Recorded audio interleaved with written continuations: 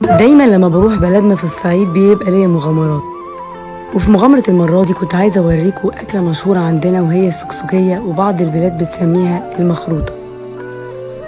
والعجينة هي بسيطة جدا ولا فيها خميرة ولا أي حاجة، هي عبارة عن دقيق وشوية ملح ومية. بتتفرد العجينة طبقة رفيعة وبعد كده بتترش بطبقة من الدقيق، وبعد كده بتلفها زي الرول وبتقطعها قطع. كل قطعة بتتاخد وتتقطع في المكنة دي وبتطلع زي فكرة المكرونة الإيطالي. زمان قوي بقى كانت الستات بتقطعها على ايدها زي الشرايط كده من غير مكنة.